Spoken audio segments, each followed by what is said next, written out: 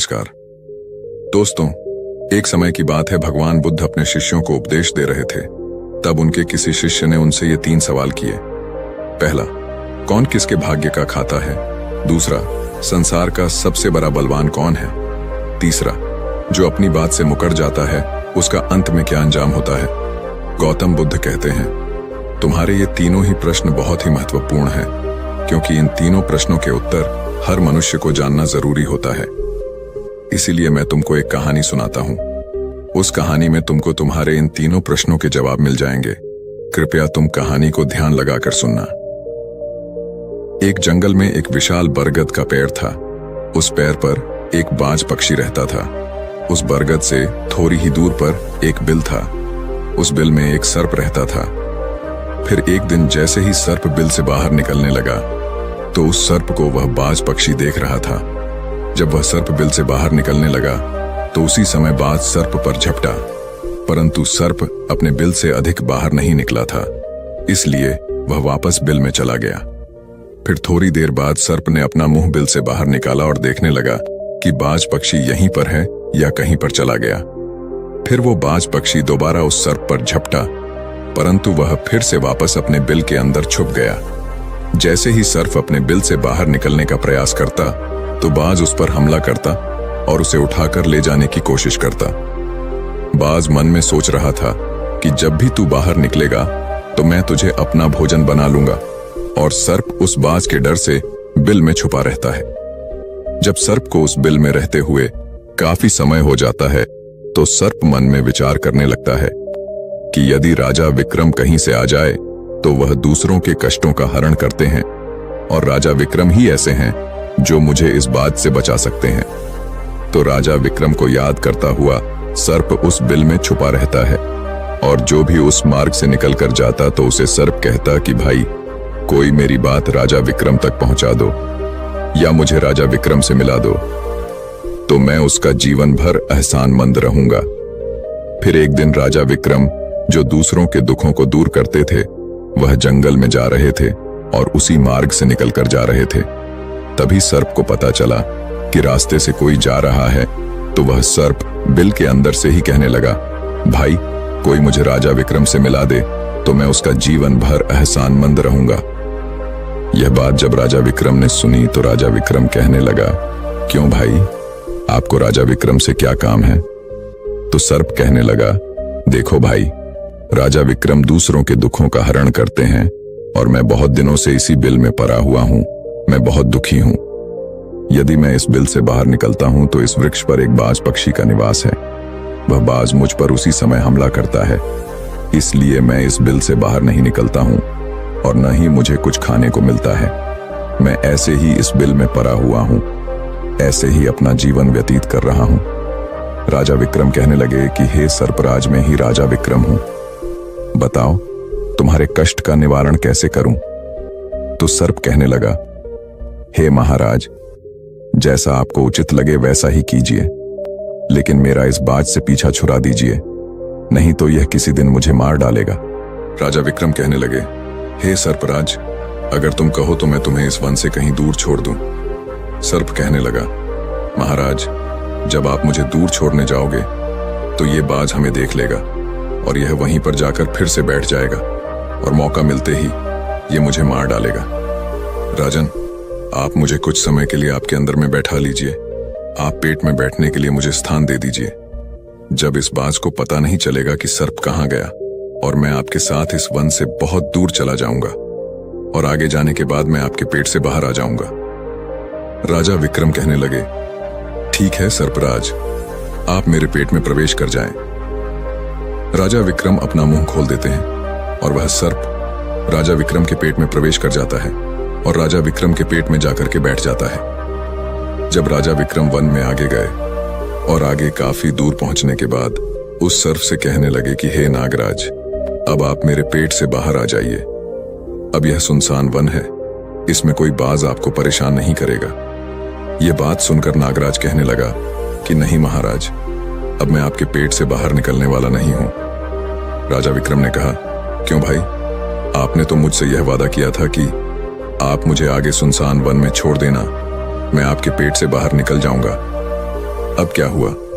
सुनसान वन आ गया। अब आप बाहर निकलिए सर्प। कहने लगा कि देखो महाराज, जैसा रहने का आनंद आपके पेट में है वैसा उस बिल में नहीं मिलता था। अब मैं आपके पेट से कभी बाहर नहीं निकलूंगा। राजा विक्रम मन में सोचने लगे कि यह तो बड़ा ही दुष्ट सर्प है। अब मैं क्या करूं?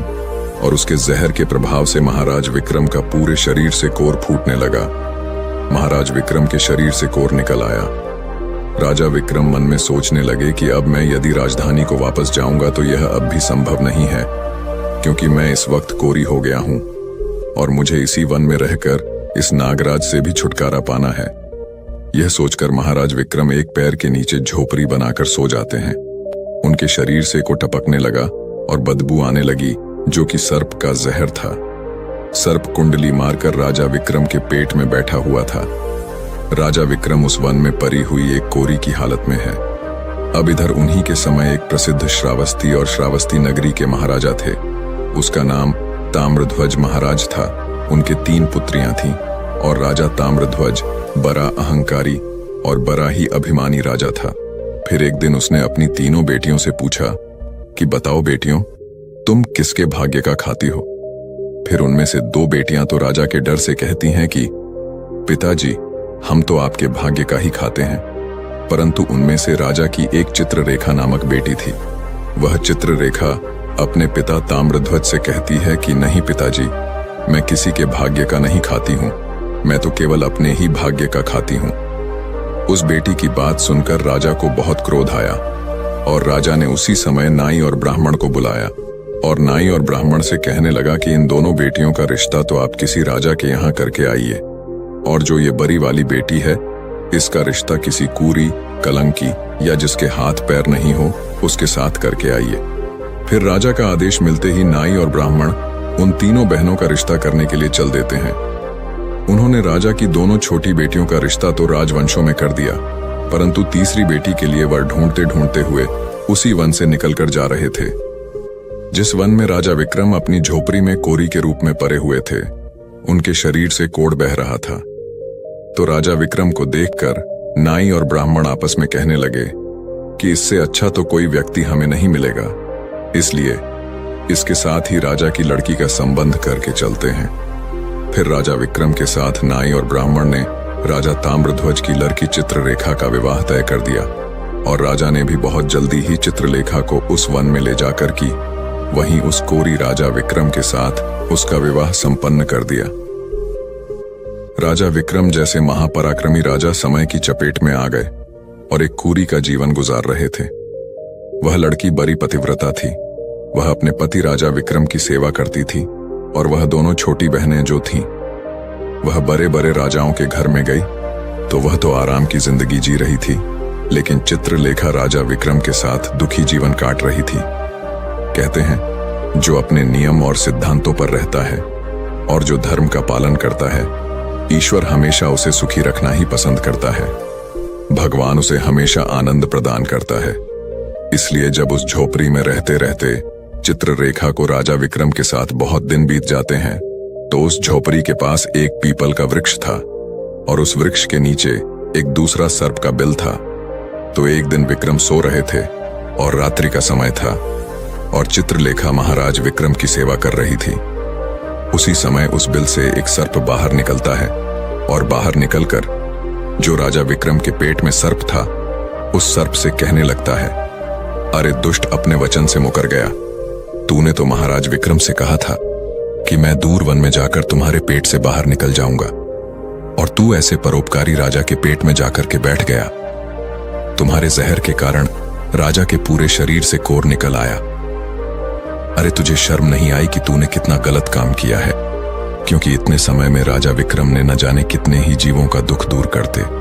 फिर वह सर्प आगे कहता है, यदि कोई सुन रहा हो तो मैं तेरे मरने का उपाय बताता हूं। यदि कोई गंगा जल लाकर के इस राजा को पिला दे तो तेरे उसी समय 100 टुकड़े हो जाएंगे और तू मल के रास्ते से बाहर निकल जाएगा। अब राजा के पेट के अंदर बैठा हुआ जो सर्प था, वह दूसरे सर्प से कहने लगा कि तेरे जैसा भी मैंने कभी नहीं देखा। धन के खजाने पर कुंडली मारकर बैठा है। यदि यह धन मानव समुदाय के कल्याण के लिए लगाया जाता तो इससे न जाने कितने मानवों का भला होता। मैं भी तेरे मरने का उपाय बताता हूं। यदि कोई सुन रहा हो तो कोई पीपा तेल गर्म करके तेरे बिल में डाल दे, तो उसी समय तो नष्ट हो जाएगा, और इस बिल वाले स्थान की खुदाई करेगा तो यहां पर अपार धन संपत्ति निकलेगी। उस बात को चित्रलेखा बड़े ध्यान से सुन रही थी।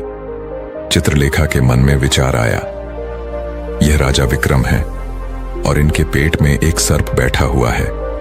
इस कारण महाराज के शरीर से कोढ़ निकल रहा है। तो वह बेचारी चित्ररेखा एक ऋषि के आश्रम पर पहुंचती है और उन ऋषि से अनुरोध करती है कि महात्मा, मुझे एक गिलास गंगा जल की आवश्यकता है। ऋषि ने कहा, हे देवी, तुम कौन हो और गंगा जल का क्या करोगी? तो वह चित्ररेखा कहने लगे, हे मुनिवर, मैं राजा विक्रम जी की पत्नी चित्ररेखा हूं और मेरे पति के लिए मुझे दवा के रूप में गंगा जल चाहिए। उस ऋषि ने उसे एक गिलास गंगा जल दे दिया। अब चित्ररेखा गंगा जल लेकर जल्दी ही महाराज विक्रम के पास पहुंच गई और पहुंचकर महाराज विक्रम से कहने लगे कि महाराज, यह दवाई है, आपके कोढ़ को सही करने के लिए आप इसे ग्रहण कीजिए। राजा विक्रम उस गंगा जल को पी गए और जैसे ही राजा विक्रम ने उस गंगा जल का पान किया तो उस सर्प के उसी समय 100 टुकड़े हो गए। जो पेट में था वह सर्प नष्ट हो गया। वह धीरे धीरे राजा के शरीर से मल के रास्ते से बाहर निकल आया। अब तो राजा का कोढ़ धीरे धीरे सही होने लगा और कुछ ही दिनों में राजा का कोढ़ बिल्कुल सही हो गया। राजा का पूरा उपचार हो गया। राजा पहले की तरह स्वस्थ हो गए। अब राजा विक्रम से चित्ररेखा कहने लगी, हे महाराज, मैं एक स्त्री हूं, इस शहर में नहीं जा सकती हूं। आप शहर में जाइए और एक पीपा तेल का लेकर आ जाए। राजा विक्रम कहने लगे कि चित्ररेखा, उस तेल का तुम क्या करोगी? चित्ररेखा ने कहा, महाराज, आप पहले तेल का पीपा लेकर आइए, फिर मैं आपको बताऊंगी।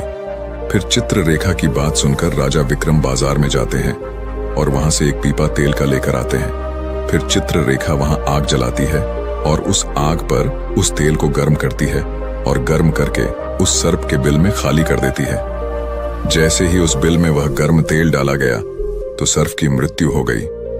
राजा विक्रम से चित्ररेखा कहने लगे कि महाराज, स्थान को खोद दीजिए। फिर राजा विक्रम ने जब उस स्थान की खुदाई की तो वहां से अपार धन संपत्ति निकली। चित्ररेखा कहने लगी, महाराज, देखिए, मैं जानती हूं कि आप राजा विक्रम हैं, परंतु मेरे पिता ने मेरा अपमान किया है और मुझे एक कोरा को दिया था, परंतु मैं मेरे भाग्य का खाती हूं। इसलिए इसी स्थान पर मेरे पिता का जो महल है उससे अच्छा महल बनना चाहिए। राजा विक्रम कहने लगी, चित्ररेखा, तुम कैसी बातें कर रही हो? हम नरेश हैं, भला यहां पर महल क्यों बनाएंगे? आप उज्जैन नगरी को चलिए।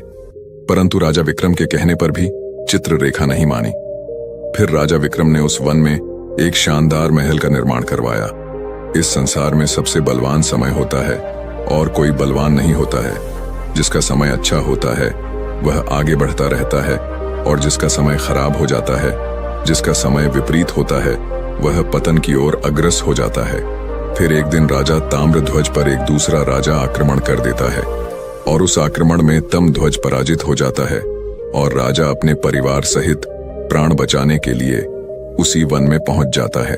जब वन में राजा भूखा प्यासा भटक रहा था, फटे हुए वस्त्र और भूख से पीड़ित और प्यास से राजा का गला सूखा जा रहा था, तो राजा घूमते घूमते उस चित्ररेखा और राजा विक्रम के महल के नजदीक से गुजरता है। तो चित्ररेखा अपने पिताजी को पहचान जाती है। चित्ररेखा ने अपने एक सेवक को भेजा और सेवक भेजकर महाराज ताम्रध्वज, जो कि एक फटी हुई हाल में थे, उनके पास वस्त्र नहीं थे, उन्हें बुलवाया। ताम्रध्वज ने सोचा कि यह न जाने कौन है और हमें क्यों बुला रही है। जब राजा ताम्रध्वज उस लड़की के पास पहुंचे तो लड़की को पहचान लिया। चित्ररेखा ताम्रध्वज से कहने लगी कि पिताजी, मैं वही चित्ररेखा हूं और मैं आपसे यह कहती थी कि मैं मेरे भाग्य का खाती हूं। देखिए, मैं मेरे ही भाग्य का खाती हूं, आपके भाग्य का नहीं खाती हूं। आपने ने मुझे एक कोरी को दिया था, परंतु मेरे भाग्य में तो एक सम्राट लिखा था। देखिए पिताजी, मैं उज्जैन नरेश राजा विक्रम की पत्नी हूं। राजा ताम्रध्वज मन में विचार करता है और अपनी उस लड़की से अपने अपराध के लिए क्षमा मांगता है। इस संसार में सबसे बड़ा बलवान समय है और हर कोई व्यक्ति किसी दूसरे के भाग्य का नहीं खाता है। हर कोई यह सोचता है कि यह मेरे भाग्य का खा रहा है। नहीं, कोई किसी के भाग्य का नहीं खाता है। जो कोई खाता है वह अपने भाग्य का ही खाता है। हर दाने दाने पर खाने वाले का नाम होता है। आप यह न सोचें कि हम किसी को खिला रहे हैं। आप किसी को खिलाने वाले कौन होते हैं? इस संसार को खिलाने वाला तो एक ही है, और वह है ईश्वर। जो अपनी बात से मुकर जाता है उसका अंत वही होता है जो राजा विक्रम के पेट में बैठे हुए उस सर्प का हुआ था। अंततः वह विनाश को प्राप्त होता है। हमेशा सत्य की ही जीत होती है और अधर्मी, अत्याचारी और पापियों का अंत होता है। इस तरीके से राजा विक्रम और उसकी पत्नी चित्ररेखा ने राजा ताम्रध्वज का बड़ा स्वागत किया। वह राजा विक्रम महाराज ताम्रध्वज को अपने साथ उज्जैन ले आए और बाद में राजा विक्रम ने अपनी सेना राजा तमरदूज के साथ भेजी, और जिस राजा ने तमरध्वज को पराजित किया था उससे अपना राज्य वापस पा लिया। जिसकी किस्मत अच्छी होती है, जिसके कर्म अच्छे होते हैं, उसे ईश्वर कहीं न कहीं से देता है।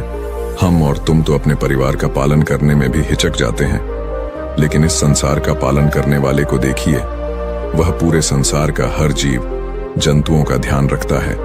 तो दोस्तों, उम्मीद है इस वीडियो से आपको काफी कुछ सीखने को मिला होगा, और अगर कुछ सीखने को मिला हो तो हमारे इस वीडियो को लाइक, शेयर और चैनल को सब्सक्राइब जरूर कर लीजिएगा, और साथ ही कमेंट में नमो बुद्धाय जरूर लिखिएगा। धन्यवाद।